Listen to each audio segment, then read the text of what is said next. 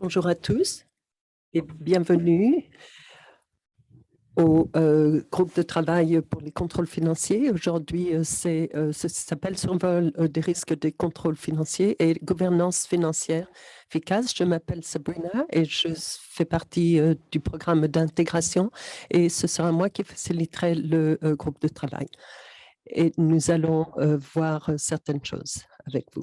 Avant de commencer, je voudrais vous indiquer que AMSA reconnaît que la Colombie-Britannique est sur les territoires non cédés des Premières Nations qui gardent ces terres depuis toujours. Nous reconnaissons le privilège que nous avons sur ces terres et d'être sur les terres non cédées des Musqueam, Squamish et Swallowtoos. Et je reconnais que je suis également sur les territoires non cédés des Quatsi, Stellan et Quatsillo. Notre présentateur aujourd'hui est Gordon Hawley, qui est cofondateur, président et directeur de Humanity Financial Management.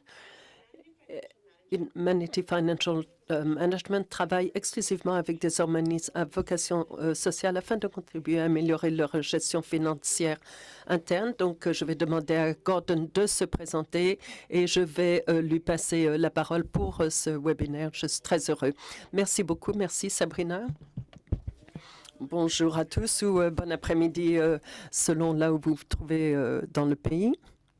Donc, aujourd'hui, nous allons parler et nous avons coupé la session en deux sections et nous allons prendre une petite pause entre les deux. Et la première section va à faire avec les contrôles internes financiers, protéger vos biens et votre réputation, et ensuite la gouvernance financière. Et comme a mentionné Sabrina, ma femme et moi, nous avons une compagnie d'experts comptables et nous avons environ 25 employés à Vancouver. Je suis fondateur et président de l'organisation et je suis expert comptable depuis environ 30 ans et j'ai environ 45 ans sur l'administration. Et donc, tôt dans ma carrière et particulièrement en tant que trésorier. Et donc, j'ai beaucoup d'expérience en tant trésorier pour des petites organisations, d'organisations moyennes et de grandes organisations nationales également. Et donc, à Humanity Financial, nous aidons les organisations afin de pouvoir s'organiser dans le secteur financier. Donc, nous travaillons avec des organisations sociales et donc nous sommes différents que d'autres firmes. Nous ne faisons pas d'audit de retour de taxes et nous aidons simplement à soutenir la capacité financière au sein des organisations, dans les charités, dans les organisations à but non lucratif, des organisations autochtones, et nous adorons le travail que nous faisons. Nous avons une équipe très, très dédiée et passionnés. Nous appelons des comptables humanitaires et activistes et nous aidons nos clients afin que le monde soit meilleur pour eux. Et donc, je suis très heureux d'avoir cette opportunité de pouvoir vous parler aujourd'hui. Et nous sommes une corporation certifiée B et nous sommes la plus grande au Canada et on ne sommes que deux. Et nous espérons que d'autres vont suivre dans nos pas. Si vous n'avez pas entendu parler de Corporation B, c'est un processus de certification. Si vous voulez utiliser votre entreprise afin de pouvoir améliorer la situation. Nous fournissons des carrières et des opportunités d'apprentissage à nos membres et beaucoup de bonnes valeurs pour nos clients. Nous touchons un peu à l'environnement et nous travaillons sur la chaîne de fournisseurs qu'ils utilisent afin de pouvoir avoir de bons fournisseurs et de pouvoir redonner à la communauté. Et tout ceci est mesuré dans le processus de certification Corporation B. Et donc, nous utilisons les revenus que nous gagnons afin de pouvoir contribuer pour créer un monde meilleur. Et ceci est tout simplement une sous-section des clients avec lesquels nous travaillons. Et je peux vous dire que nous adorons travailler dans le secteur social. Les clients sont vraiment des héros. Ils travaillent de très longues heures et ont des missions absolument incroyables et ils travaillent tous pour créer vraiment un monde meilleur. Et nous sommes très heureux de pouvoir les soutenir dans ce but. Donc aujourd'hui, cette semaine, nous avons deux webinaires de 2 heures et le premier sera un aperçu des risques et des contrôles financiers, la gouvernance financière et jeudi, nous allons parler de la conformité au contrat de financement et la conformité avec les régulateurs. Donc aujourd'hui, c'est un niveau assez élevé parlant de gouvernance, de risque et ensuite, nous allons parler en détail, particulièrement des contrats avec les financiers et des régulateurs pour jeudi. Donc, la première question que les gens se posent. Donc, je travaille avec cette organisation parce que je suis vraiment passionnée avec la cause. Pourquoi est-ce que je devrais me préoccuper de gouvernance financière et de gestion financière? Bon, ben, tout d'abord, les charités qui sont enregistrées et les SBO ont la responsabilité de gérer les fonds que avec lesquels quelqu'un leur a fait confiance afin de pouvoir arriver à leur mission. Donc, les organismes prennent la responsabilité en tant que fiduciaires, gardiens de cet argent et s'engagent à bien le dépenser pour cette mission. Nous allons parler brièvement aux risque de gouvernance financière primaire et ce qui est à risque. Et donc, est-ce que mon organisation est à risque? Et je vais vous dire que oui, toute organisation peut être à risque et nous allons en parler. Et je vais vous parler du nombre d'organisations qui succombent au risque financier dans un instant. Et nous allons vous montrer ce qui est aux nouvelles. Et donc, la gouvernance financière et les contrôles internes ne sont pas vraiment la section la plus importante afin d'arriver à votre mission, mais ils sont vraiment critiques. S'il est pratiquement impossible d'arriver à votre mission si vous avez des défis financiers.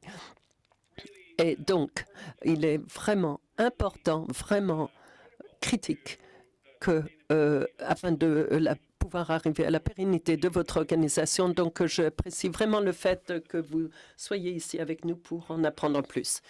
Et donc, j'ai mentionné que toutes les organisations à but social, de façon typique, s'engagent envers leurs financiers, de prendre la responsabilité du financement, de s'assurer qu'ils l'utilisent afin d'arriver à leur mission et ils gèrent l'argent de quelqu'un d'autre. Et la barre est mise beaucoup plus haute. C'est différent que si vous gérez vos propres affaires. C'est différent si vous vous occupez de l'argent des autres.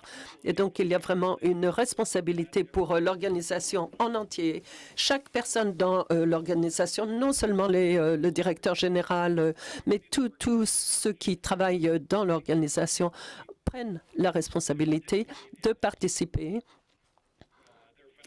dans le rôle financier et leur responsabilité est de gérer les fonds de l'organisation.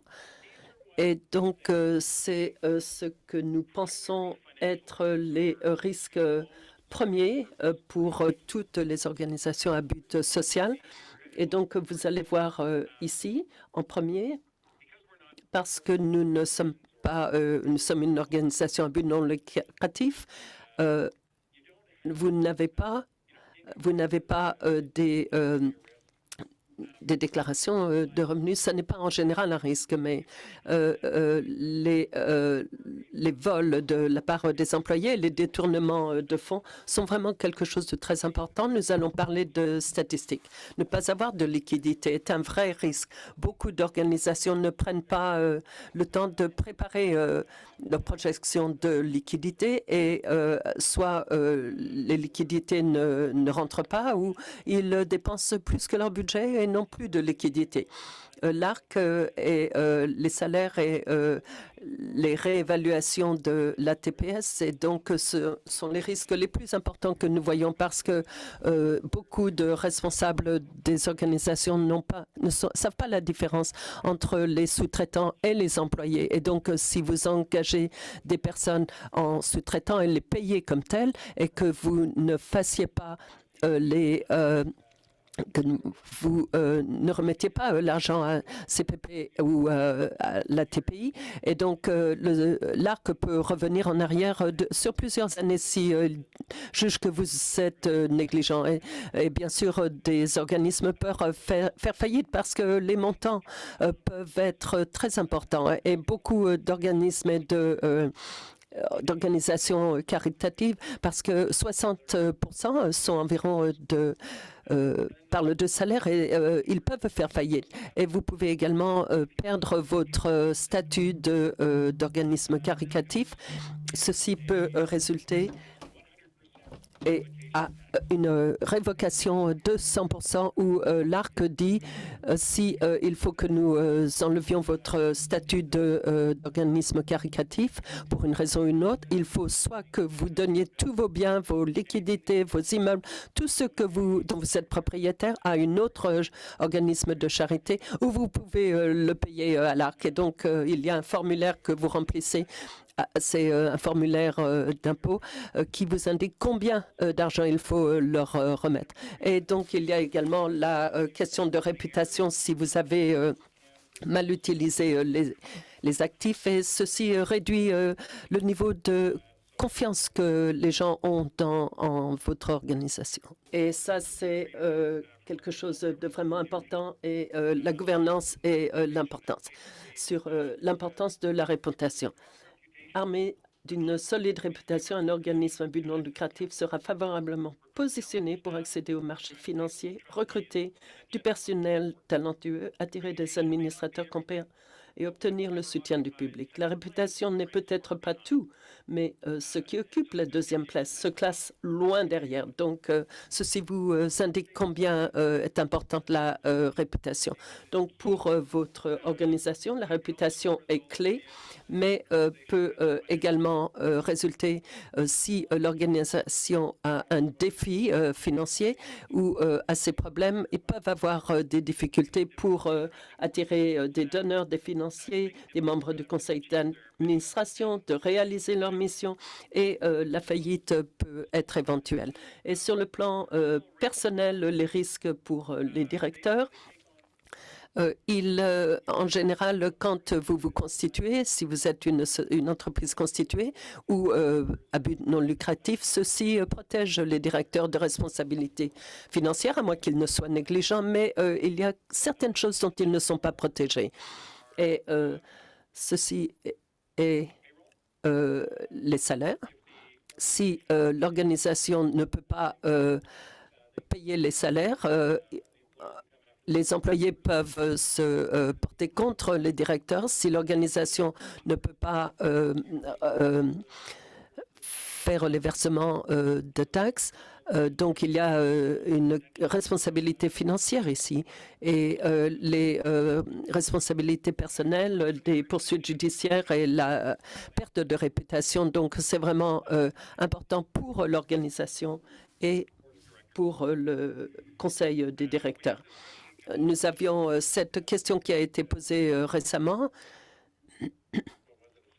C'était, je pense, un groupe de travail. Quelqu'un de Ernst & Young a indiqué que chaque organisation, que ce soit pour à profit ou but non lucratif, a un certain niveau de vol de la part de ses employés. Souvent, c'est très peu. Quelqu'un prend certaines choses chez eux pour leur utilisation personnelle, mais ceci peut également engendrer de la fraude de plusieurs millions de dollars. Donc, mettre en place des contrôles financiers internes peut amoindrir ce dire. Et donc, c'est quelque chose de PricewaterhouseCoopers et leur rapport biannuel sur le crime économique. Ils disent que en 2018, le crime augmente. et le crime économique et leur 55% des répondants canadiens indiquent qu'ils ont été victimes de crimes économiques dans les dernières 2 années. Et donc, imaginez, 55%, c'est environ un quart des organismes toutes les années, et ils continuent. Et ils disent, mais les autres 45%, est-ce qu'ils ne sont pas victimes ou est-ce qu'ils ne savent pas simplement? Et donc, ça, c'est vraiment ce qui est clé pour nous. Nous pensons que toutes les organisations souffrent de crimes économiques régulièrement, mais beaucoup d'entre eux ne le savent pas. Et de fait, une des statistiques indique qu'il faut environ 18 à 24 mois afin que les entreprises puissent découvrir la cybercriminalité ou le détournement de fonds. Il y a une association d'examinateurs de fraude et dans leur rapport, ils indiquent que la fraude ont une perte médiane de 95 000 $ et une perte moyenne de 639 000 $. Et donc, ceci peut être important si vous avez une petite organisation et que vous avez de la fraude économique régulière. Ceci peut vraiment faire une différence importante pour votre pérennité. Et on note également que le plus haut placé les personnes se trouvent qui commettent de la fraude. Et ici, il est indiqué toutes les formes de fraude et leur régularité. Ils indiquent également que les organisations à but non lucratif sont plus vulnérables pour le détournement de fonds et le vol parce qu'ils ont moins de contrôles mis en place. Et vous pouvez voir sur le graphe que vraiment à tous les niveaux de contrôle interne, les organismes à but non lucratif ont environ 20% de moins, ou moins de 20% ont des contrôles appropriés mis en place. Et donc, il est vraiment critique et important que les organisations y fassent attention. Comment est-ce qu'on peut détecter le crime et le détournement de fonds? Environ 37 à 40% sont des vols de la part de fournisseurs, d'employés, des gens que nous servons. Et les trois autres postes, si on regarde les audits internes et la réconciliation de comptes, ceci s'ajoute à 37% environ. Donc, les vols et les contrôles internes capturent environ 75% de toute la fraude détectée. Et il y a environ 25,6% qui est autre, y compris les audits externes. Et les audits externes, vous pouvez voir que ceci représente 3,6%. C'est très, très bas. Beaucoup de personnes pensent parce que nous sommes audités que ceci ne va pas indiquer la fraude. Et malheureusement, ceci ne montre qu'environ 3,6%. Donc, ça n'est pas vraiment un contrôle interne efficace. Et ceci ne nous protège pas autant que les gens le pensent. Et donc, dans en caritatif, il y a eu quelques évaluations pour le secteur à but non lucratif. 5,7% du produit annuel est sujet à des vols et des détournements de fonds.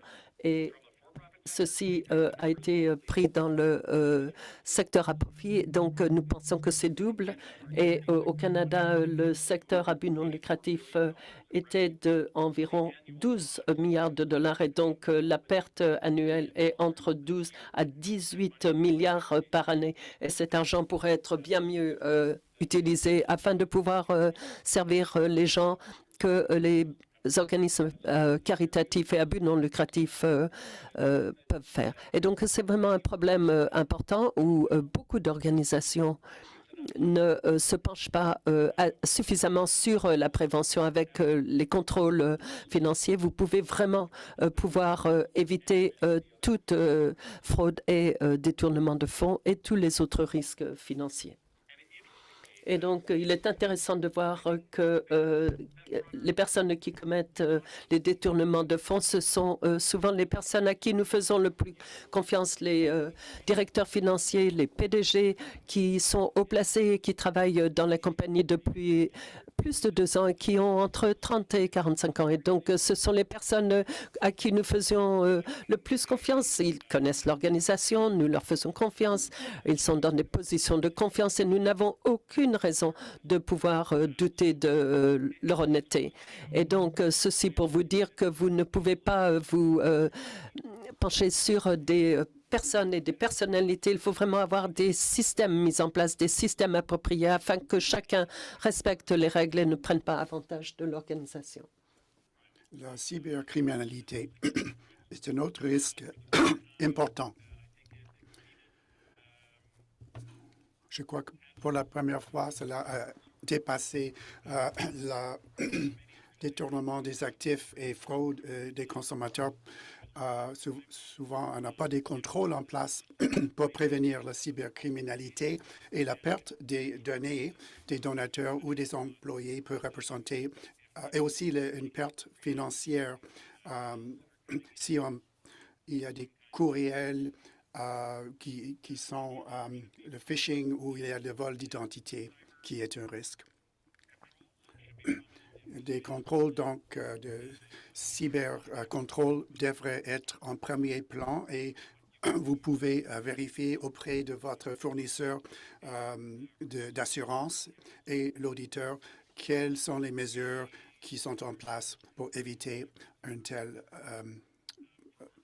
problème. Il y a 2 ans, nous avons commencé à nous assurer contre les cyberrisques et donc et les prix sont à la baisse pour ce type d'assurance.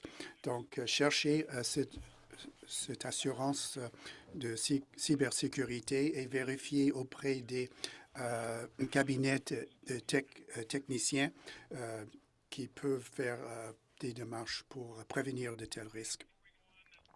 Avant de continuer, donc, j'aimerais ouvrir la séance aux questions que vous auriez jusqu'ici. Merci beaucoup, Gordon.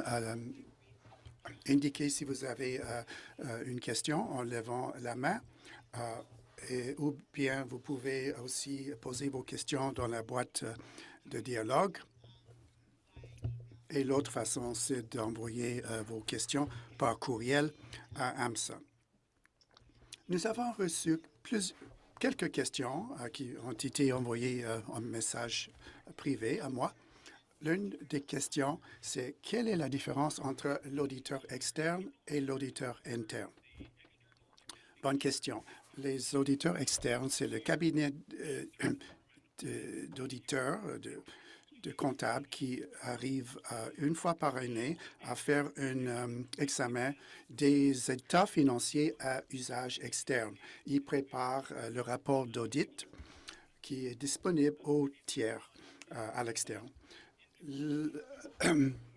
D'autre part, l'audit interne, c'est fait par du membre du personnel qui examine les processus financiers. Surtout dans des cabinets dans des entreprises ou des organismes plus grands, il y a davantage d'audit interne. Et donc, les membres du personnel sont chargés de mener un processus pour évaluer si les membres du personnel, les employés, les directeurs, etc., suivent toutes les procédés comme il faut. Revenons à la charte de l'Association des examinateurs de fraude. La fraude interne l'audit à l'interne n'est pas très fréquent chez les petits organismes, mais ce serait logique de faire des audits internes pour assurer que l'organisme suit les politiques financières et les procédures documentées financières. Merci, Gordon. Et cette même personne avait une question de suivi. Est-ce qu'il y a un avantage ou un inconvénient de l'un ou l'autre que nous devons savoir? Réponse. Généralement, les bailleurs de fonds exigent un audit externe, donc ce n'est pas une option pour la plupart des organismes, à moins que vous soyez très petit. Donc, c'est une bonne idée d'avoir un tel audit et c'est une exigence pour la plupart d'entre vous. L'audit interne, par contre, c'est important quand même et la plupart des organismes devraient avoir des processus à l'interne d'audit pour se protéger contre tous les risques financiers, mais notamment les problèmes de fraude au travail ou détournement de fonds. Merci, Gordon, d'avoir éclairé cela. La prochaine question est autour de la cybersécurité. Jusqu'à quel point est-ce que cela devrait compter dans la gestion financière? Et quand il y a des services offerts en ligne avec la prestation de services hybrides, comment est-ce que cela touche ce problème? Le risque de cybersécurité augmente, accroît de façon exponentielle depuis les années. Je ne suis pas un spécialiste, mais nous avons parlé avec nos fournisseurs de services technologiques et dernièrement, nous avons triplé notre investissement en technologie pour nous protéger et protéger à nos clients des risques de cybersécurité. Dernièrement, cela touche tout organisme depuis des hôpitaux, les municipalités, les universités. Et croyez-le ou non, ça touche les organismes à but non lucratif et des organismes de bienfaisance. Donc, ces risques augmentent de façon exponentielle. Donc, chaque organisme doit s'assurer d'être protégé. Et donc, il y a, par exemple, les rançons des données. On bloque votre serveur. Votre serveur est encrypté et vous n'aurez pas l'accès à votre serveur et vos données à moins de nous payer 100 000 $. Cela se passe assez fréquemment. La perte de données de donateurs et des membres du personnel, c'est un autre risque important qui n'était pas le cas il y a 10-15 ans, mais ça devient monnaie courante. Alors, il faudrait au moins se pencher sur si vous êtes adéquatement protégé en tant qu'organisme. L'autre question de suivi, c'est autour du rôle que les bailleurs de fonds devraient jouer au soutien de nos organismes afin d'améliorer la cyberprotection. Bonne question aussi. Nous croyons aux meilleures pratiques pour le financement. Et ces meilleures pratiques au titre de financement, c'est de fournir, de donner, imposer moins de restrictions en sachant que les organismes sur le terrain comprennent mieux les besoins de la clientèle que les bailleurs de fonds. Les bailleurs fournissent des subventions de renforcement des capacités et donnent de l'argent sur des domaines sous le contrôle de l'organisme donc, on ne devrait pas les imposer des restrictions excessives sur les domaines ou sur ce quoi on devrait dépenser l'argent. Les 5 fondations principales aux États-Unis vont dans ce sens-là. De plus en plus d'organismes, à cause de la pandémie, relâchent un peu les conditions, les rendre plus souples, les conditions quant aux dépenses. Les financeurs, les bailleurs de fonds veulent que les organismes soient durables, financièrement parlant, mais s'ils n'offrent pas le financement nécessaire, ces organismes s'exposent à des risques importants. Donc, c'est une conversation importante d'avoir avec les bailleurs de fonds et chercher leurs appuis pour vous protéger contre ces risques-là. Merci, Gordon, d'avoir souligné qu'il y a un rôle tant pour les organismes que les bailleurs de fonds pour travailler de concert sur ce sujet-là. Alors, comme il n'y a pas d'autres questions, nous allons continuer avec le contenu et nous verrons s'il y a d'autres questions par la suite. Si vous avez une question dans cette partie de la présentation, vous pouvez toujours l'ajouter plus tard ou quand cela vous vient à la tête. Donc, j'aimerais prendre quelques minutes pour parler des articles de presse qui sont publiés un peu partout au monde. Ça, c'est dans la section des sports du New York Times en 2016 sur les adultes qui volent des millions des sports juvéniles. Des enquêtes sur le détournement de fonds dans les sports de la jeunesse devient commun. J'étais vraiment choqué. Je ne pouvais pas croire que cela arrive. Ce sont des organismes de soccer, de la jeunesse, de hockey, de jeunesse. Et les gens, les adultes qui se chargent de la gestion de l'argent, le vol, le détour. Cela se passe un peu partout dans notre secteur. Voici un autre article du Boston Globe sur le vol des employés qui est très courant, scandaleusement courant dans les organisations non lucratives. Ici, il y a un exemple de NBC News. Le teneur de livre de l'association de hockey Ann Arbor plaide coupable d'avoir volé 934 000 $ du compte que l'association avait établi pour construire son aréna. Il y a d'autres exemples. Le Fairmont Marion County Food Pantry a découvert que plus de 50 000 $ avaient disparu. Une école primaire s'est vue voler de 34 000 $, 60 000 $ d'une Marine Corps League. Donc, je suis sur des conseils d'administration et je reçois des courriels tous les jours au sujet de la perte du détournement de fonds au sein des organismes à but non lucratif. Et souvent, les auteurs de ces crimes ne sont pas trouvés ou poursuivis en justice. Que pouvons-nous faire pour nous protéger?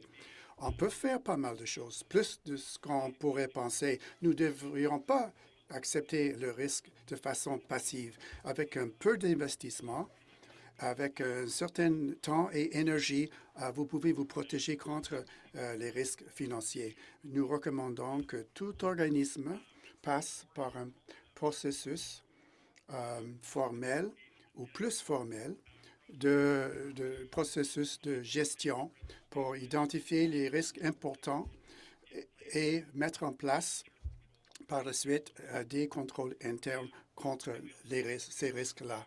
Et nous considérons que c'est important de compter les bonnes personnes sur l'équipe, surtout dans le service de financier, avoir des systèmes de rapport robustes et qu'il y ait des politiques et procédures documentées.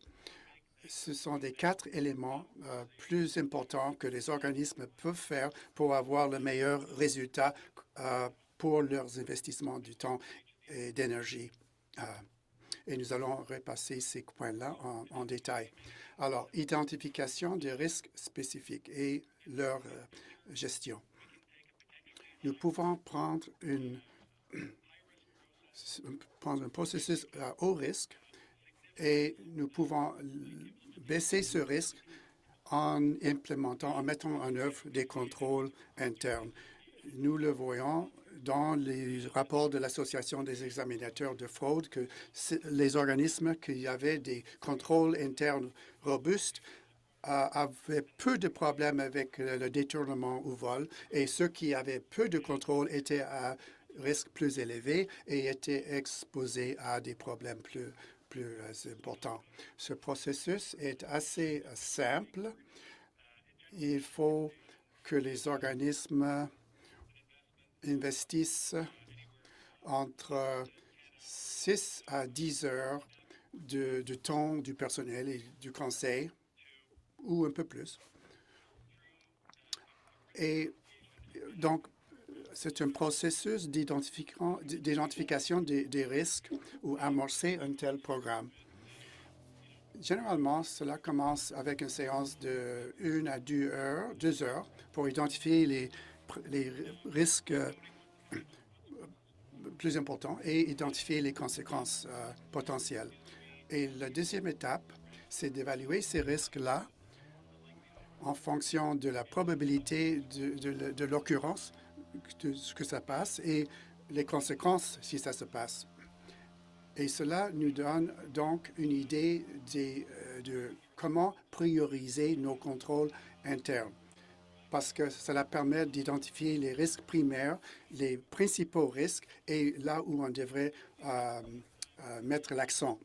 Bien sûr, vous pouvez mettre en œuvre les politiques financières et des contrôles, mais selon nous, si vous passez par un processus conscient d'identifier les risques spécifiques de votre organisme, étant donné son conseil, son personnel et son environnement, et vous mettez donc l'accent sur les risques primaires. Donc, vous pouvez couvrir ou baisser ces risques au risque minimal par le biais des contrôles internes. Par la suite, donc, il y a la prise de décision quant au risque, 4, mettre en œuvre les contrôles et 5, on supervise et on évalue. Donc, c'est un cycle et les organismes donc mettent à jour constamment leur évaluation de risque et leur contrôle interne. Voici l'un des outils utilisés par les organismes, une version du registre de risque. Dans la première colonne, on numérote les risques, en fait. La deuxième colonne représente le risque pour l'organisme.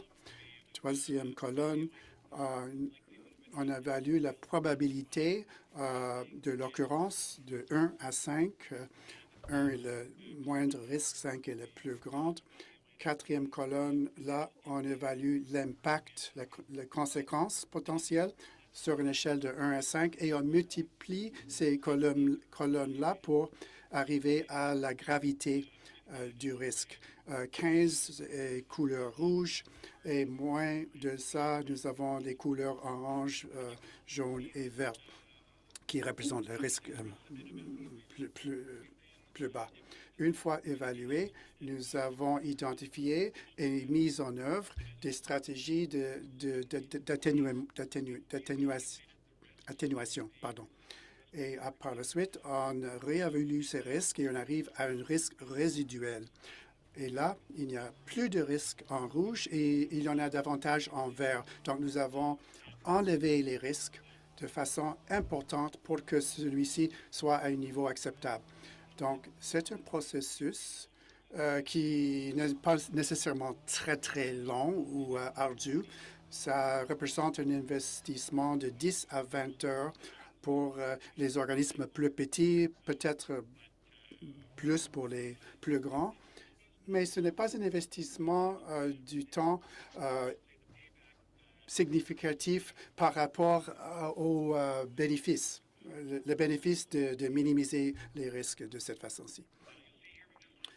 Voici, nous avons des catégories internes de risques, gouvernance, stratégique, opérationnelle. Ça dépend de chaque organisme comment regrouper ces risques. Certains utilisent des pyramides et il y a un certain nombre de risques externes, environnementaux, politiques, sociales, etc. Donc, il y a différentes façons de regrouper les risques pour leur évaluation. Donc, j'aimerais vous donner l'occasion de poser des questions au sujet du processus touchant les risques, leur identification, leur gestion, leur évaluation. Merci beaucoup. Donc, posez vos questions dans la boîte de dialogue. Vous pouvez cliquer sur le bouton « Réaction ». Nous avons reçu quelques questions. La première, quelles sont les stratégies pour atténuer le risque du vol sans imposer une charge de travail sur du personnel qui est déjà limité dans leur temps? Dans notre secteur, nous savons que nous souffrons d'un sous-financement chronique.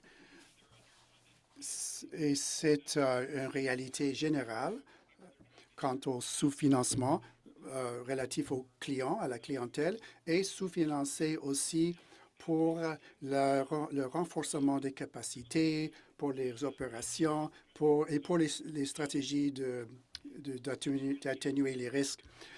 C'est un défi pour le secteur. Je n'ai pas de questions de réponse simple, autre que de dire que nous pouvons avoir des conversations très transparentes avec les bailleurs des fonds. Il y avait une page Internet qui s'appelait le mythe des frais généraux. On voulait défaire de ce mythe que les frais généraux, les frais administratifs n'étaient pas valables. Et c'était les organismes aux États-Unis qui ont affiché cela parce que si on réduit l'administration, on augmente le risque que l'organisme fait défaillance ou que les services tombent à l'eau ou que l'organisme s'expose à des risques importants. Donc, comme secteur, nous devons trouver la manière d'investir davantage à la protection de nos organismes et de nos conseils et nos personnels de ces risques qui sont à la croissance. Et la solution, c'est d'avoir plus de fonds et que les bailleurs de fonds réduisent les restrictions imposées sur les fonds. C'est difficile de le faire. C'est important, mais c'est rarement urgent. Donc, c'est un défi pour le secteur. Merci, Gordon, d'avoir souligné ce défi-là. Nous avons reçu une autre question. Avez-vous des exemples d'un système de budgétisation et de rapports financiers robuste? Très bien, c'est l'un des services que nous offrons à nos clients, aider les clients à concevoir les systèmes de rapports et de budgétisation robustes. Je ne connais pas de ressources librement accessibles, mais il y a des podcasts.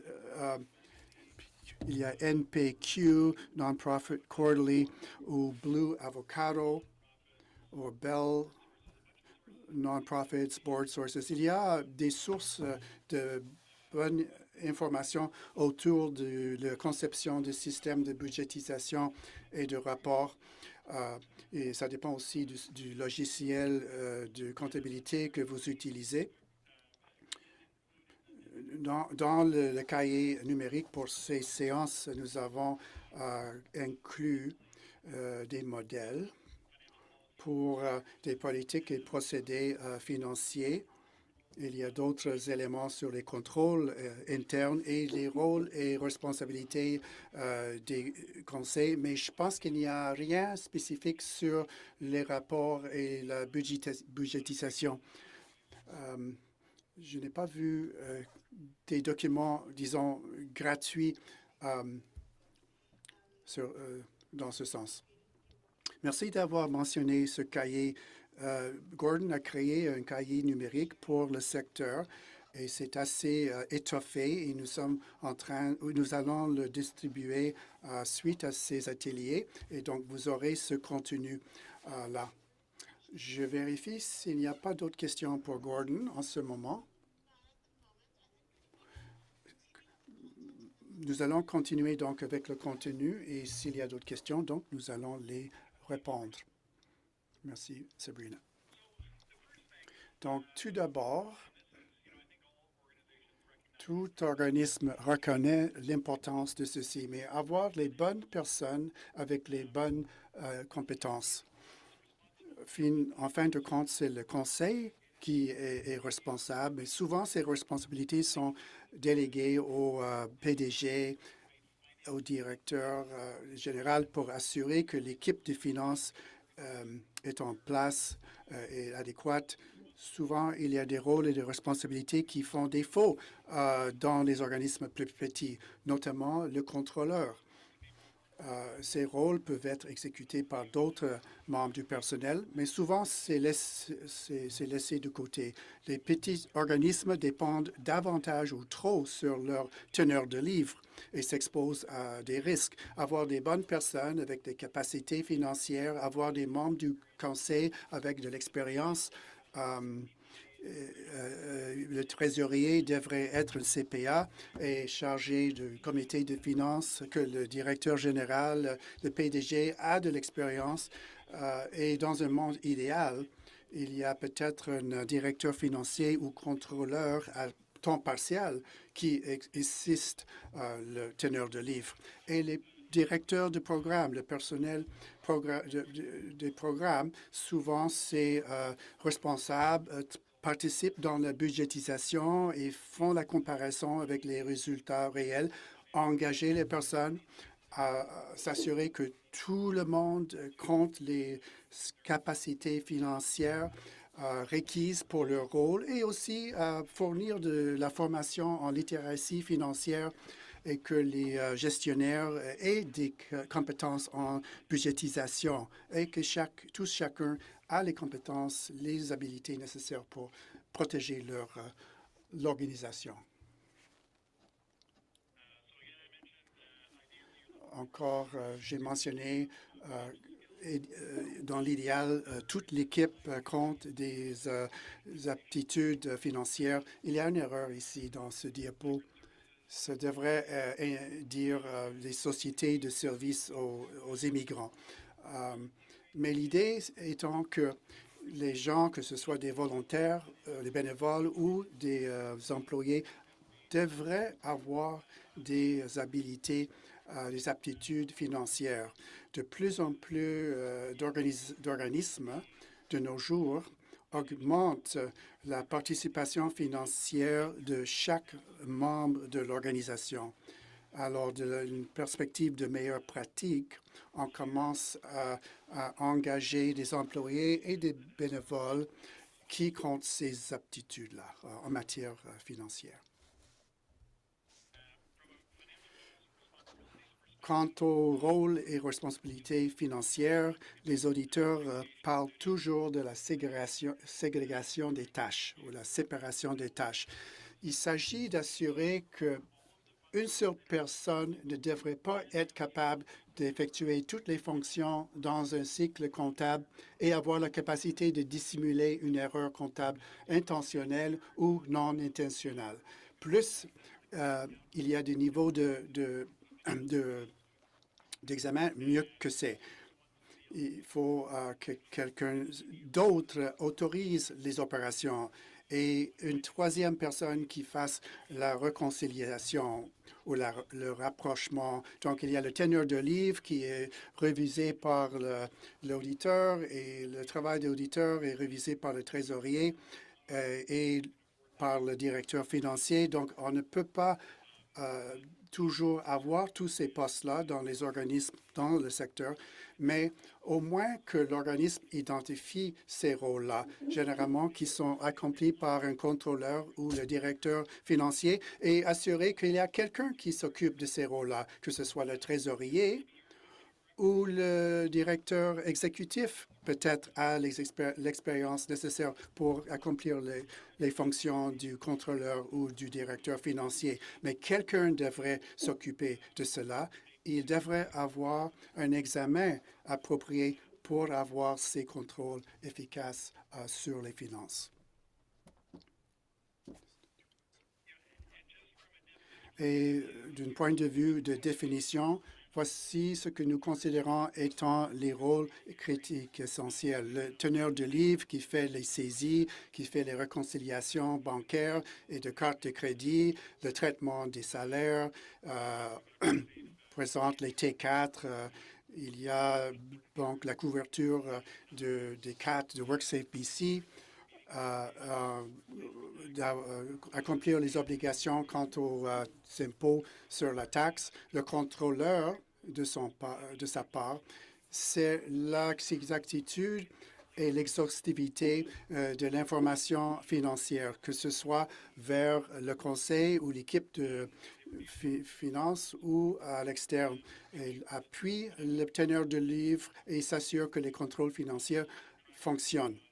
Il aussi suit des indicateurs clés, les KPI, et aussi aide à la constitution des budgets et fournir des rapports d'écart sur une base régulière. Le contrôleur est responsable aussi de la gestion des contrats et s'assure que l'organisme accomplit les exigences en matière de financement de contrats. Le directeur financier a la charge de savoir que les États sont en bonne santé et que leur performance financière s'améliore au cours du temps et que les organisations est pérenne. Et donc, il crée les indicateurs de performance et s'assure que les processus de gestion des risques sont en place, la préservation des actifs, l'organisation, si l'organisation doit acheter par exemple des immeubles ou des voitures ou quoi que ce soit d'autre dans un processus approprié, il s'occupe de relations bancaires et de la relation avec les avocats.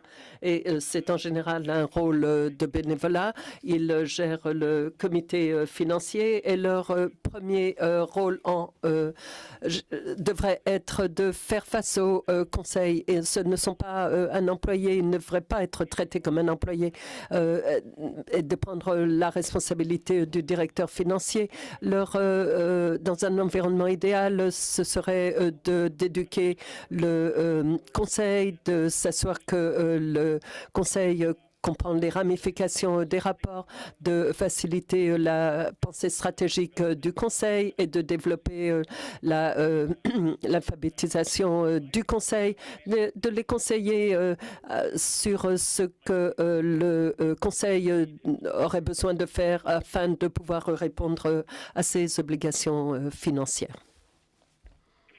Et si vous cherchez un comptable expert, il y a beaucoup d'endroits où vous pouvez regarder. Vous pouvez parler avec votre firme d'audit.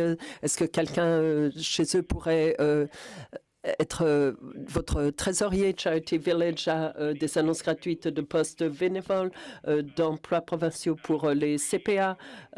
Ils ont des organismes comme Vantage Point ou Go Volunteer, qui est un service en ligne qui réunit les bénévoles et les organisations. Donc, est-ce que quelqu'un a des questions par rapport à engager les bonnes personnes pour leur organisation? Oui, Gordon, merci beaucoup de partager tout ce contenu avec nous. Nous avons des questions. Et nous voulons également dire, s'il vous plaît, levez la main si vous voulez poser vos questions directement en cliquant sur réaction et après utiliser la main levée. Et donc, certaines des questions ont à faire avec quels sont les outils techniques. Est-ce qu'il y a des outils techniques pour les organisations afin de pouvoir gérer ces contrôles internes, particulièrement si plusieurs employés s'en occupent et avec le fait que beaucoup d'employés travaillent de chez eux ou moitié-moitié. Oui, il est intéressant de voir. Nous n'avons pas vu beaucoup de technologies utilisées pour ces processus parce que ils sont particulièrement où en général, ils ont affaire avec les politiques, les processus et les procédures pour s'assurer qu'il y a un examen approprié de toutes les transactions financières. Et donc, ça n'est pas, je veux dire, certainement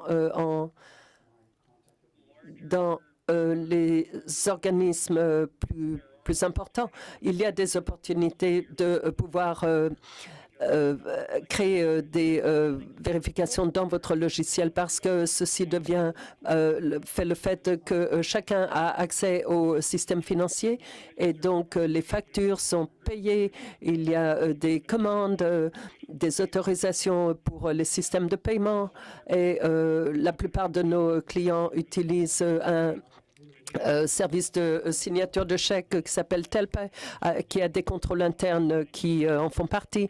Vous pouvez signer un chèque de n'importe où au pays. Donc, il y a une certaine technologie qui est disponible pour s'occuper de contrôles internes, mais pour beaucoup d'organisations, il faut simplement s'assurer que l'organisation identifie les risques, identifie quels sont les risques financiers, non financiers, mettre en place des contrôles internes, des examens réguliers et des protections appropriées pour les grands risques qui pourraient faire du mal à l'organisation. Donc, je veux dire, il y a certainement des outils qui sont disponibles, des templates de budget, de liquidité, mais en ce qui concerne la technologie pour mettre en place les contrôles financiers, d'utiliser QuickBooks ou 350, je ne suis pas certaine qu'il y a grand-chose avec la technologie. Vous pouvez certainement... bon, oui, non, en dehors de ça, je ne suis pas très sûre de comment répondre. Ce n'est pas vraiment une grande catégorie de choses disponibles à l'heure actuelle. Merci, Gordon. Autre question? Dans un message privé, une organisation qui est un comptable agréé qu'ils le connaissent et ils sont devenus hésitants pour devenir un trésorier bénévole parce que ceci implique plus de responsabilités en tant que comptable agréé. Est-ce que vous pouvez donc la question, est-ce que c'est exact, est-ce que c'est vrai? On aimerait être un petit peu plus au clair. Oui, c'est une bonne question. Et donc, ceci vraiment, c'est une question de droit. Mais je vais vous dire ce que j'ai vu jusqu'alors. Pour la plupart, le plus grand risque pour que les professionnels fassent partie du conseil n'est pas aussi important qu'ils le pensent. Parce que d'après ce que je sais, et c'est juste ce que je sais, ça n'est pas... je ne suis pas expert, je ne suis pas avocat, mais d'après ce que je sais, la barre minimale est ce qu'une personne raisonnable ferait. D'après ce que je sais, que le droit n'impose pas un plus haut niveau pour les professionnels qui se portent bénévoles sur le conseil d'organismes caritatifs. Et l'autre chose, une des exigences que j'ai pour faire partie du conseil, c'est que l'organisme ait une couverture pour ses directeurs. Et je crois qu'à l'heure actuelle, c'est devenu plus ou moins la norme. Et donc, entre ces deux choses, je ne crois pas qu'il y a un énorme montant de responsabilité dans la plupart des organisations pour que les professionnels fassent partie du conseil. Mais il faudrait avoir des conseils juridiques à ce sujet et également de s'assurer que vous ayez une assurance pour les directeurs et les administrateurs. Merci beaucoup, Gordon. Autre question, et vous avez mentionné la question d'avoir des différents employés qui sont responsables pour le cycle financier. Et donc, une question que j'ai est si nous n'avons pas beaucoup d'employés afin de pouvoir partager les choses. Et donc, est-ce que vous avez des suggestions? Si vous avez un nombre limité de personnel, comment est-ce que vous pouvez partager comme d'autres organisations? Admettons qu'ils aient 1 ou 2 ou 3 employés. Comment est-ce qu'ils peuvent partager les choses? Oui, bonne question. Et bien sûr, vous pouvez le faire. C'est plus difficile dans de petites organisations de séparer les tâches et chacun le réalise. Mais il y a des choses que vous pouvez faire. Vous pouvez avoir différentes personnes qui autorisent les transactions. Vous pouvez avoir un membre du conseil qui autorise les transactions. Vous pouvez avoir le personnel administratif qui peut, s'ils ont des compétences financières, qui peuvent examiner. Et donc, il faut simplement s'assurer que vous avez les compétences financières pour votre organisation, parce que votre organisation, peu importe la taille, peut être à risque. Donc, il faut réaliser qu'il faut amener ou engager un directeur financier à mi-temps ou un responsable à mi-temps, où il faut simplement être couvert pour que vous n'ayez pas de problème, peu importe la taille de l'organisation. Merci beaucoup, Gordon, de nous avoir parlé de ceci. Est-ce qu'il y a d'autres questions? Je ne vois pas d'autres questions sur la boîte de clavardage, mais je veux voir s'il y en a d'autres. Je n'en vois pas, donc je crois qu'on peut passer à à l'autre partie. Super, merci Sabrina. Et donc, au sujet de système de budgétisation et de rapports robustes, dans ce cas-là, vous avez besoin de systèmes financiers robustes dans votre organisation, même pour les petites. Les système de processus de transaction et les rapports de différence et vous assurer qu'il y a un système de rapport afin que les membres du Conseil puissent comprendre les rapports. Et donc, je vais vous en parler rapidement parce qu'on a mis dans le guide des politiques. En général, nous avons c'est vraiment ce qui est les politiques financières de base. Pas d'accès électronique aux comptes bancaires, juste pour les lire. Pas de dépenses sans budget qui a été approuvé. La ségrégation des tâches et examen approprié. Gestion de la trésorerie, petite caisse. Dépenser, signer, paiement aux directeurs et aux sous-traitants parce qu'il y a des risques de manquement pour les salaires et conformité réglementaire. Et vous savez, beaucoup de petites organisations essayent d'adapter les règles financières d'autres organisations. Ça peut être approprié si elles sont très, très semblables, mais pour beaucoup, ceci ne marche pas parce que les organisations sont différentes et il y a différents rites pour chacune. Et donc, si vous voulez utiliser celle de l'autre, il faut la mettre à votre échelle pour votre organisation ou travailler avec un consultant. Et donc, dans le guide, nous avons indiqué un checklist pour les contrôles financiers. Et donc, ici, c'est la table de ce qui est contenu, les contrôles financiers. Et également, nous avons dans le guide le rôle de contrôle interne et de parler des responsabilités dans chaque domaine. Et donc, ceci sont les techniques de révision interne financière. Et vous pouvez voir il est intéressant de voir que ça ne marche pas avec les outils financiers, la supervision, le contrôle, les rapports des directeurs, les politiques, la séparation des tâches, les pistes d'audit et la retracée des transactions, les rapprochements. Et pour les organisations plus importantes, les comités ont créé un cadre de gestion des risques. C'est pour les petites organisations, ce n'est pas pratique, mais ceci s'applique aux grandes organisations. Et ceci vaut la peine de parler des meilleures pratiques. Et à nouveau, ça c'est juste le sommaire. Pourquoi nous devrions nous en soucier? J'imagine que je vous ai bien convaincu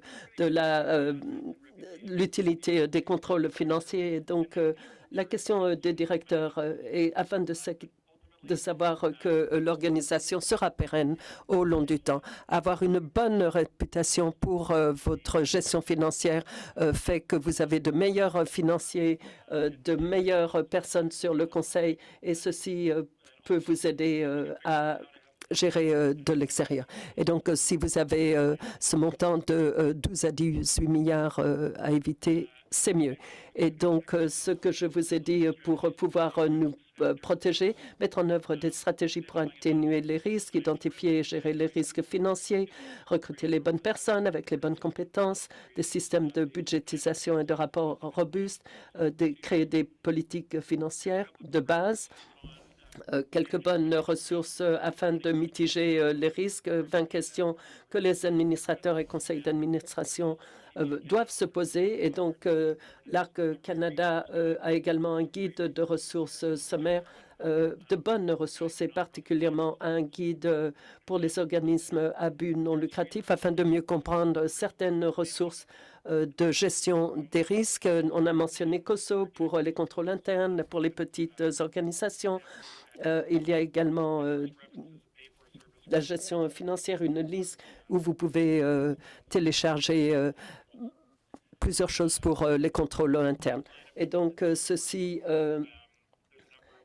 est un cahier d'exercice numérique. Il y a des postes, des positions pour les comptables, et également des informations de Bridgespan Group, Botsos, Blue Avocado. Donc maintenant, nous allons changer de rythme et parler de gouvernance à un niveau plus élevé. Quels sont les processus et les politiques que les organisations peuvent utiliser pour améliorer leur gouvernance? Et donc, dans la section précédente, nous avons parlé des risques de gouvernance. Et donc, c'est à nouveau un rappel. Et je veux juste parler brièvement de terminologie parce que parfois c'est un peu difficile. Quand on parle du statut juridique d'une organisation, ils sont en général non incorporés ou c'est une corporation. Et donc dans le monde à but non lucratif, ce sont particulièrement des sociétés d'après la législation provinciale, bien qu'en Ontario et au niveau fédéral, il y a des corporations plutôt que des sociétés. Ça peut être également des fiducies, des coopératives. Donc ça, c'est le monde d'un point de vue juridique. Quand on parle de comptabilité de statut de taxe, vous pouvez soit être un organisme caritatif ou une charité, mais pas les deux, ou une société enregistrée.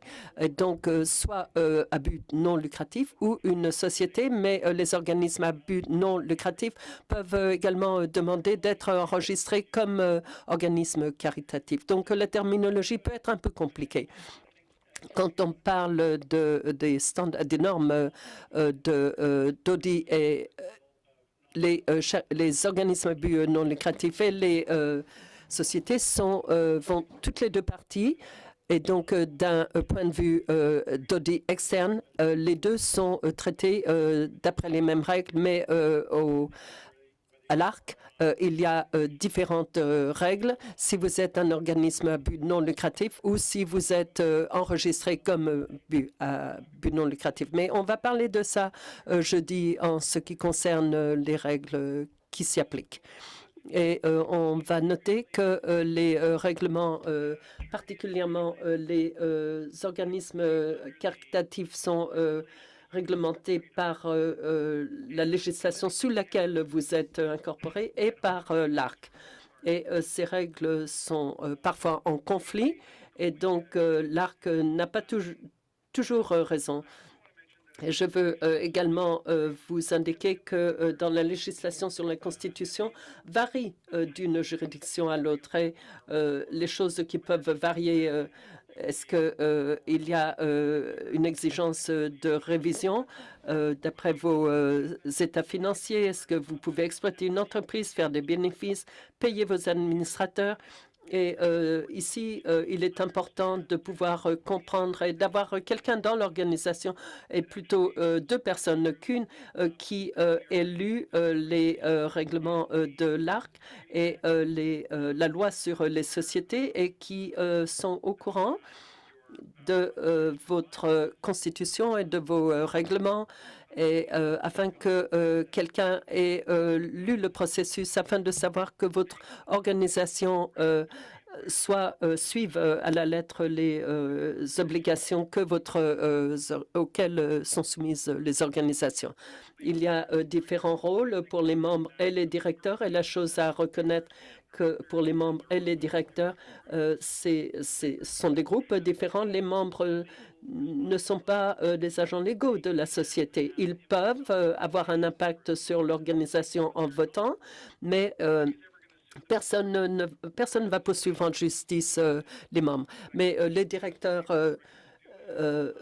ont des responsabilités et ils peuvent être poursuivis en justice. Et donc, il est important que les directeurs prennent le rôle de façon sérieuse. Et pour les conseils dont je fais partie, il y a des copies des statuts, des règlements de la société sous laquelle la société est incorporée, et donc les guides de l'ARC, afin de pouvoir comprendre les états des organisations à but non lucratif. Donc, il y a de bonnes ressources pour les directeurs afin qu'ils prennent bien les bonnes responsabilités, mais ceci prend du travail afin de connaître. Donc, ceci sont les responsabilités que nous avons identifiées au Canada. Il y a un devoir de diligence, de s'assurer que l'organisation dispose de ressources dont elle a besoin afin de se préparer, assister aux réunions, devoir de loyauté, faire passer les intérêts de l'organisation avant les autres, éviter les conflits d'intérêts, obligations statutaires, assurer la conformité avec l'environnement réglementaire, les statuts, les règlements. Ceci sont les rôles de chaque membre du Conseil. Le Conseil a un rôle de gouvernance financière et peut déléguer certains de ses rôles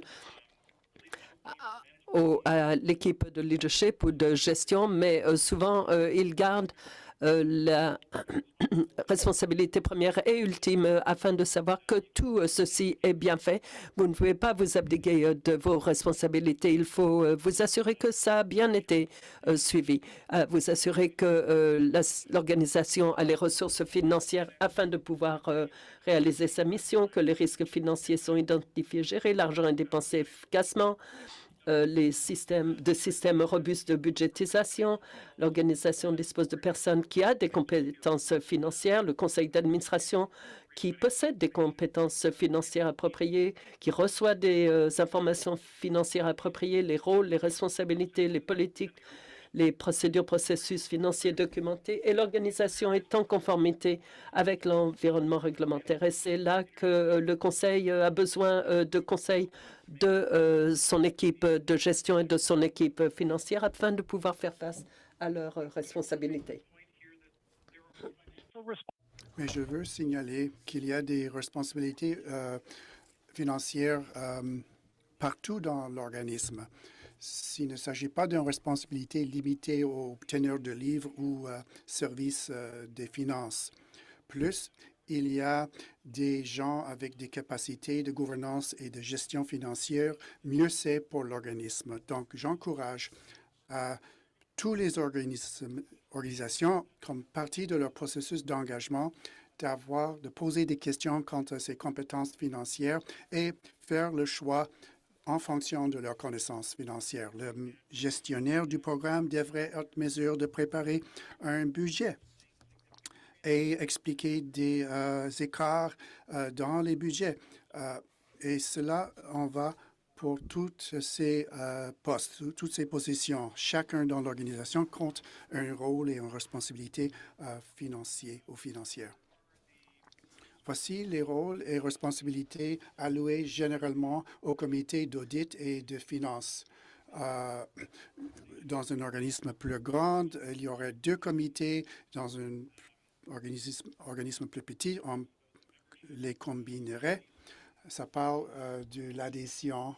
On veut compter au moins un comptable agréé et un expert financier. Quant aux procédures du comité, on voudrait établir un calendrier de réunion. Généralement, on se focalise sur les audits externes et internes et on peut se centrer sur les rapports externes et les états financiers audités. Pour le comité de finances, il se centre sur les rapports financiers, gestion des actifs et des rapports internes au conseil et à l'équipe de direction. Le bilan, les comparaisons des budgets et flux de trésorerie. Et aussi, il se consacre à la surveillance d'un conseiller en placement tiers. Dans les organismes plus petits, ces deux comités sont combinés. Il y a un très bon livre qui n'a pas été mis en jour depuis quelques années, mais ça s'appelle ainsi Primer for Directors of Non-Profit or Corporations. C'est disponible en format numérique. Vous pouvez donner le lien à vos administrateurs. Je recommande que cela compte dans le dossier d'orientation au conseil. Ça donne aux administrateurs un vue d'ensemble de leur rôle et leurs responsabilités. Donc, c'est une lecture très recommandée pour inclure dans tout dossier d'orientation du conseil d'administration. Voici un aperçu du cadre de gouvernance pour les OSBL et les organismes de bienfaisance. Il y a donc la législation et la common law qui gouvernent les membres de la société, et ceci crée les statuts et les règlements. Et donc, cela cause le conseil d'administration qui adopte des procédés et engage l'équipe de direction. Donc, l'auditeur est nommé, le conseil nomme un comité d'audit et de finances et l'équipe de gestion engage les employés et les bénévoles. Cela donne un aperçu du cadre de gouvernance dans les OSBL et les organismes de bienfaisance. Mais je veux signaler que les bailleurs de fonds, souvent, si les organismes cherchent du financement qui n'est pas en rapport ou aligné avec leur mission, donc il faut bien assurer que les financements qu'on cherche aident à accomplir la mission ultime. Quant au renforcer les capacités dans les OSBL, il y a un livre et ça devient un mouvement un peu partout en Amérique du Nord, et cela s'appelle l'Institut du cycle de vie des OSBL. Et on affirme que la mission et les programmes de l'organisme sont soutenus par les systèmes d'administration, le modèle des affaires d'entreprise et les structures de gouvernance et de gestion.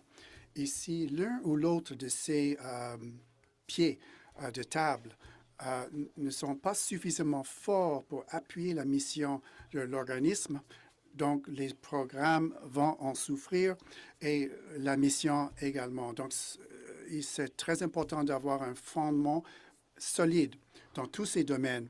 Et de plus en plus de bailleurs de fonds offrent le soutien pour ces différents domaines ou éléments, mais pour justement appuyer les programmes et donc on arrive à la conclusion que l'investissement dans le renforcement des capacités et la durabilité constitue le fondement, en fait, pour le succès des OSBL. Plus, donc, vous pouvez apprendre au sujet de ces questions-là, la mythe des frais administratifs, les questions de cet institut, ça vous donne donc, ça vous met dans une position de pouvoir négocier le financement comme il faut dans l'accomplissement des programmes et de votre mission. C'est un livre ici de Susie Cannon-Stevens et elle suggère que toutes les organisations se trouvent à différents points dans leur développement de capacité de cycle de vie. Et les organisations, typiquement, passent d'une étape de l'idée, du commencement, dans une phase de croissance et de maturité, et par la suite, ils rentrent dans la phase de déclin et finalement achèvent, cessent d'exister. Donc, il s'agit d'un cadre pour s'auto-évaluer ou travailler avec un facilitateur pour savoir justement où est-ce qu'on en est quant à ces aspects-là, ces systèmes et ressources, pour identifier des occasions d'amélioration. Dans le monde idéal, l'organisation devrait être hautement alignée, peu importe l'étape où on se trouve, les programmes, la gestion, les structures de gestion et les systèmes d'administration se trouvent dans la même catégorie. Si l'un ou l'autre de ces domaines-là se trouve dans une autre catégorie, souvent dans le cas d'une organisation, on se dépasse en matière de prestation des programmes, mais on souffre au niveau de la durabilité de l'organisation. Nous considérons qu'il y a 3 clés à une gouvernance financière efficace. C'est de la viabilité financière à long terme, c'est la gestion annuelle des performances financières ou le rendement financier et d'avoir des processus pour protéger les actifs de l'organisation. Et nous allons réviser chacun de ces 3 éléments séparément ici. À gauche, vous verrez les 3 piliers de gouvernance effective. C'est la vision et la planification, le suivi et contrôle et l'élaboration des politiques. Et cela est à côté des 3 piliers de gouvernance financière efficace, notamment viabilité financière à long terme, suivi et contrôle annuel et gestion des risques financiers, protection des actifs et de la réputation. Quant à la durabilité financière à long terme, voici les outils qui peuvent servir dans ce sens. Premièrement, s'assurer d'avoir une vision, mission, valeur et impact durable. Le fait d'avoir un plan stratégique à long terme ou un cadre stratégique qui donne, disons, une voie, une direction. Avoir des systèmes d'évaluation et mesure de l'impact. Les bailleurs de fonds ont des problèmes parce qu'ils veulent allouer l'argent aux organismes qui vont créer le plus d'impact pour l'argent. Mais si c'est difficile de définir cet impact, comment convaincre les bailleurs de fonds en conséquence? Alors, avoir une évaluation d'impact et des systèmes en place, cela donc aide à convaincre les bailleurs de fonds que vous avez effectivement l'impact voulu. S'assurer d'avoir le modèle de financement et diversité des sources de revenus convenables. Certains organismes, en fait, comptent trop de diversité dans leurs sources de revenus. Ils n'ont pas, en conséquence, la capacité interne suffisante. Donc, il ne faut pas avoir trop de diversité en matière de revenus. Donc, benchmarking. Donc, l'ARC vous fournira, si vous êtes un organisme de bienfinance, la possibilité de vous comparer à d'autres organisations similaires partout au pays.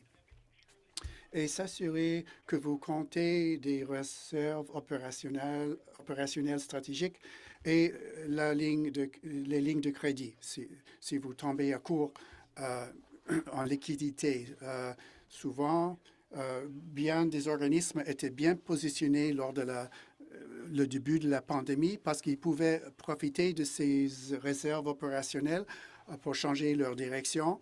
D'autres organisations qui n'avaient pas de réserves suffisantes ou lignes de crédit, plusieurs ont fait défaillite pendant COVID, n'ayant pas suffisamment de ressources à main pour faire les changements qui s'imposaient. Alors, voilà ce qui est pour la durabilité à long terme et ce que les organismes peuvent faire en conséquence. Maintenant, parlons du contrôle, suivi et contrôle annuel du rendement. La plupart des OSBL et organismes de bienfaisance comptent un plan et un budget annuel. Nous aimons voir un plan annuel de fonctionnement parce que on ne peut pas évaluer, ou je ne peux pas évaluer un budget si je ne sais pas c'est quoi les objectifs, qu'est-ce qu'on cherche à atteindre ou donc avoir un plan, avoir des buts SMART, avoir un processus intégré au budget, c'est le meilleur outil pour atteindre les objectifs et gérer la performance financière annuelle. Avoir des processus de planification et amélioration des performances, avoir des mises à jour et des rapports réguliers du conseil d'administration pour assurer que les finances sont gérées comme il faut et prendre les mesures correctives qui s'imposent. Finalement, la gestion des risques financiers, mise en œuvre des processus, des politiques, s'assurer que chacun connaît son rôle et ses responsabilités, s'assurer que nous avons les bonnes personnes avec des compétences financières requises, et que les rôles et responsabilités financières soient bien alloués aux personnes. Dans ce cahier, nous établissons ces rôles et responsabilités qui sont nécessaires dans tous les organismes. Et il faut s'assurer que quelqu'un s'occupe de ce rôle-ci ou cette responsabilité-là, même si vous n'avez pas un directeur financier. Assurer que vous avez les systèmes en place pour les rapports, assurer que vous ayez les processus et procédés documentés, qu'ils soient cohérents et s'assurer que l'organisme compte des capacités, les compétences, la formation financière pour bien accomplir les rôles. Qu'il y ait des systèmes qui s'assurent la conformité avec les règlements et les bailleurs de fonds. Et aussi avoir un plan de travail pour le conseil et un calendrier, justement, pour l'année. Quant à la documentation des rôles et des responsabilités, nous avons donné des descriptions détaillées dans le cahier numérique pour le rôle de trésorier, mais tous les rôles et responsabilités sont documentés et alloués à des personnes spécifiques. Il faut s'assurer que tout le monde compte des compétences financières nécessaires pour accomplir leur rôle.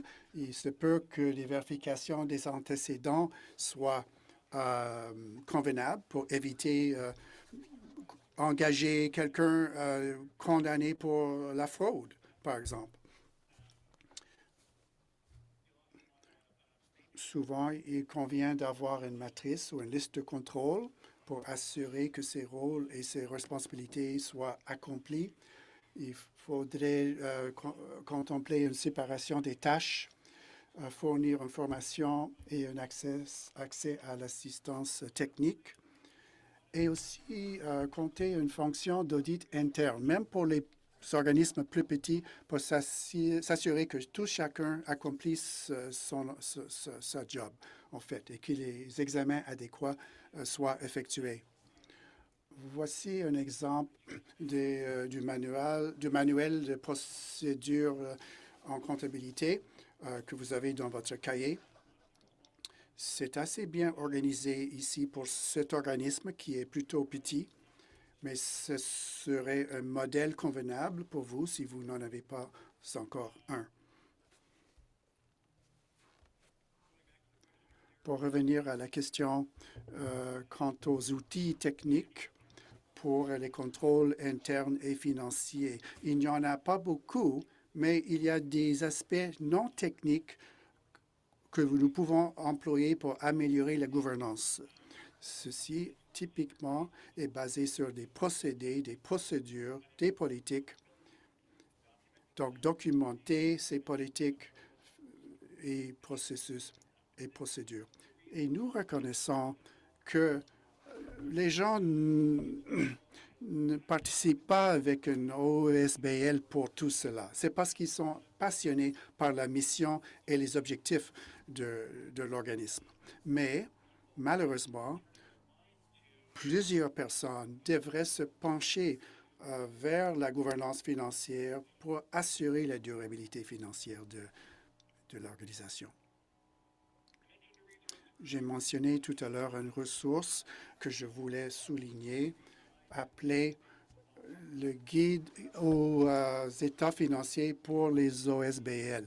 Question pour les administrateurs. Ça sert non seulement aux administrateurs, mais membres de l'équipe de la direction. N'importe qui cherche à comprendre des états financiers pour les OSBL, y compris les organismes de bienfaisance. C'est une bonne guide. Parfois, il faut relire plusieurs reprises, même si c'est rédigé de façon à comprendre plutôt facilement, mais c'est quand même un peu compliqué, donc il faudrait peut-être faire une relecture. Il y a plusieurs sources d'informations quant aux contrôles internes. L'Association des examinateurs de fraude certifiés aux États-Unis, c'est mondial, mais basé aux États-Unis. Il y a un rapport annuel aux nations. Nous en avons présenté quelques exemples dans les diapos. Il y a tout un ensemble d'informations utiles sur leur site Web. Quant au contrôle interne, ce que représentent les défis pour les organismes, comment améliorer les contrôles internes. CPA Canada a un webinaire sur les contrôles internes et la prévention de la fraude. Ça coûte 2075 $. C'est un prix raisonnable. Il y a le comité des organisations qui parraine la commission Tradeway, qui s'occupe de la gestion des ressources pour les organisations plus vastes, et l'IRCC a fourni à tous vos organismes des lettres de présentation sur les contrôles internes et la prévention des fraudes et un guide sur les meilleures pratiques dans la matière. Donc, il y a de l'information qui est disponible et des organisations comme la nôtre qui peuvent prêter main forte dans la mise en œuvre et l'amélioration des systèmes.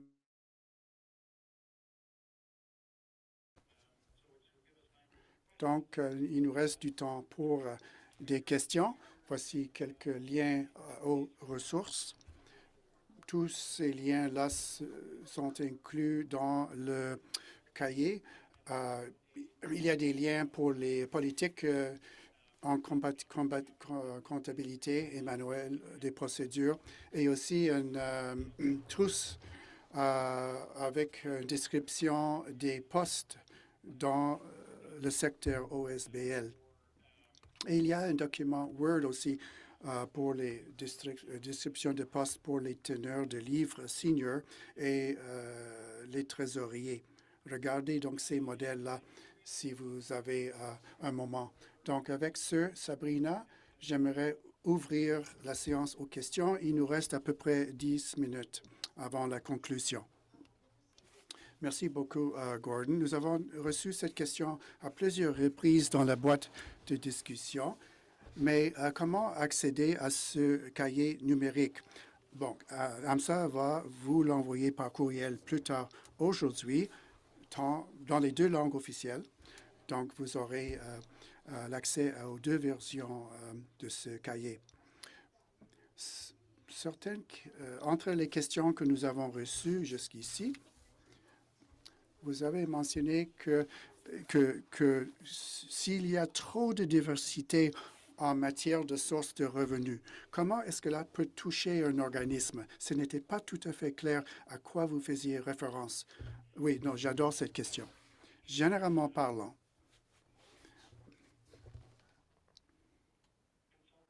la plupart des consultants recommandent qu'il y a une diversité de sources de revenus, ce qui protège contre la perte de l'une ou l'autre de ces sources de revenus. On ne veut pas dépendre d'une seule source ou un seul donateur, parce que si quelque chose arrive dans cette relation avec le donateur, vous pouvez faire faillite. Alors, dans l'idéal, les meilleures recommandations que j'ai vues suggèrent que 90 de vos revenus proviennent de moins de 3 sources de revenus ou 3 lignes de revenus. La raison étant que pour être efficace à collecter les fonds, il faut créer une capacité pour chacune de ces lignes ou ces sources de revenus. Et si vous essayez de faire tout pour tout le monde, finalement, vous aurez de la misère à réunir les fonds parce que vous manquerez la capacité interne. Donc, il s'agit d'un équilibre entre des multiples sources de revenus pour éviter d'en perdre l'une ou l'autre, mais il faut vouloir avoir la capacité dans peu de sources de revenus afin de réunir les fonds efficacement et s'assurer d'avoir les fonds. Merci bien d'avoir clarifié ce point-là. Une autre question. Quelles sont les stratégies principales qui peuvent aider les organismes à attirer du personnel, notamment ceux et celles qui ont la connaissance financière requise? C'est une excellente question. Il y a bien des organismes aujourd'hui dans le monde à but lucratif et non lucratif pour recruter les membres des conseils d'administration et du personnel. Et cela revient à ce qu'on disait au sujet de la durabilité financière. Ce qu'on peut faire est d'être très clair quant à la vision, la mission, les valeurs et l'impact recherché. Et cela va loin pour attirer les gens vers vous.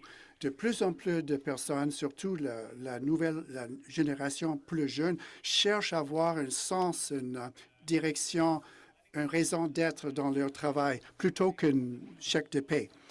Donc, ils cherchent les organismes qui ont vocation sociale forte et vous voulez être en mesure de vous différencier d'autres organismes semblables à le vôtre, mais être clair sur l'impact que vous recherchez et comment vous ferez pour faire en sorte que le monde soit meilleur. Cela va loin pour attirer les bonnes personnes, mais aussi assurer d'avoir la bonne capacité de collecte de fonds pour bien payer vos personnels au tarif du marché et avoir de bons avantages sociaux. Le secteur non lucratif a toujours ce défi de payer des salaires concurrentiels, ne pas sans avoir, disons, les fonds nécessaires pour payer ces salaires-là. La pandémie nous a montré jusqu'à quel point ce défi est profond et bien des personnes commencent à repenser où ils veulent travailler en voulant s'aligner avec des organismes qui partagent leurs valeurs et leurs objectifs. Je pense qu'entre les gestes que nous pouvons poser, c'est être clair sur l'impact que nous cherchons dans notre proposition de valeur aux gens que nous desservons et avoir cette capacité de payer des salaires concurrentiels et offrir des opportunités de croissance de carrière. Voilà quelques exemples. Très bien. Merci d'avoir partagé ces points-là. Une dernière question avant de conclure aujourd'hui. Quelles sont des pistes de solutions que vous auriez pour un organisme qui commence à peine à développer des stratégies financières efficaces? Avez-vous des suggestions, des tuyaux? Bien sûr. Bon, il y a quelques possibilités. Si vous avez une vérification annuelle ou de révision, Typiquement, la direction crée une lettre et une façon peu coûteuse d'avoir des conseils quant à vos systèmes de gestion financière. C'est demander à votre auditeur de se consacrer un certain temps dans les lettres à la gestion et se pencher un peu plus sur l'évaluation des systèmes de contrôle interne, tout en soulignant là où on pourrait apporter des améliorations au système financier. Typiquement, l'auditeur connaît déjà vos systèmes financiers et donc ce ne représente pas une charge excessive du travail. Aussi, avoir des séances de planification avec l'auditeur avant le commencement et avoir une rencontre post-audit, tout cela peut fournir des sources d'informations utiles pour améliorer vos systèmes et vos processus. Ceci dit, bien des auditeurs ne prennent pas le temps pour cela et typiquement n'offrent pas d'informations utiles. Il faudrait peut-être donc engager un tiers, quelqu'un d'autre. Mais il y a de belles sources d'informations disponibles. Il y a une série d'articles par Propel,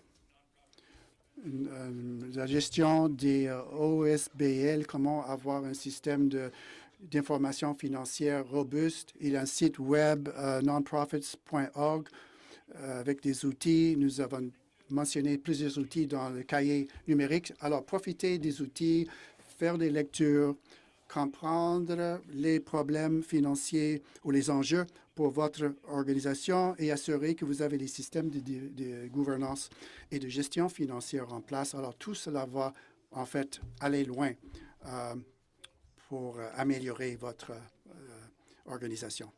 Merci beaucoup. Donc, en conclusion, un grand merci de votre participation à notre atelier d'aujourd'hui, à la première partie de 2. Donc, j'espère que vous serez au rendez-vous le jeudi 7 octobre à la même heure, de 10 heures à midi, l'heure du Pacifique. Donc, merci beaucoup, Gordon, d'avoir partagé tous ces renseignements. Un grand volume d'informations qui s'avère très utile pour le secteur. Et je veux remercier aussi nos interprètes pour leur temps et leurs efforts pour traduire le contenu. Et merci à l'équipe d'AMSA qui travaille derrière la scène pour préparer l'atelier. Alors, on va vous inviter de rester branchés avec le secteur de l'intégration et d'établissement. Vous pouvez vous brancher à cette SettlementNet, SetNet. Donc, on va vous laisser savoir par le biais de SetNet lorsque l'enregistrement de cet atelier sera disponible et le lien sera affiché sur le site web de AMSA. Vous pouvez rester en contact avec AMSA par les sociaux médias. Vous avez l'adresse AMSA Twitter là sur l'écran et aussi vous avez l'adresse LinkedIn. Merci à nouveau d'être là et nous allons aussi vous envoyer une évaluation suite à cet l'atelier. Prenez quelques minutes pour donner vos retours qui sont très appréciés de notre part. Nous voudrions bien avoir vos suggestions. Donc, nous verrons à nouveau jeudi pour la deuxième partie. Au revoir.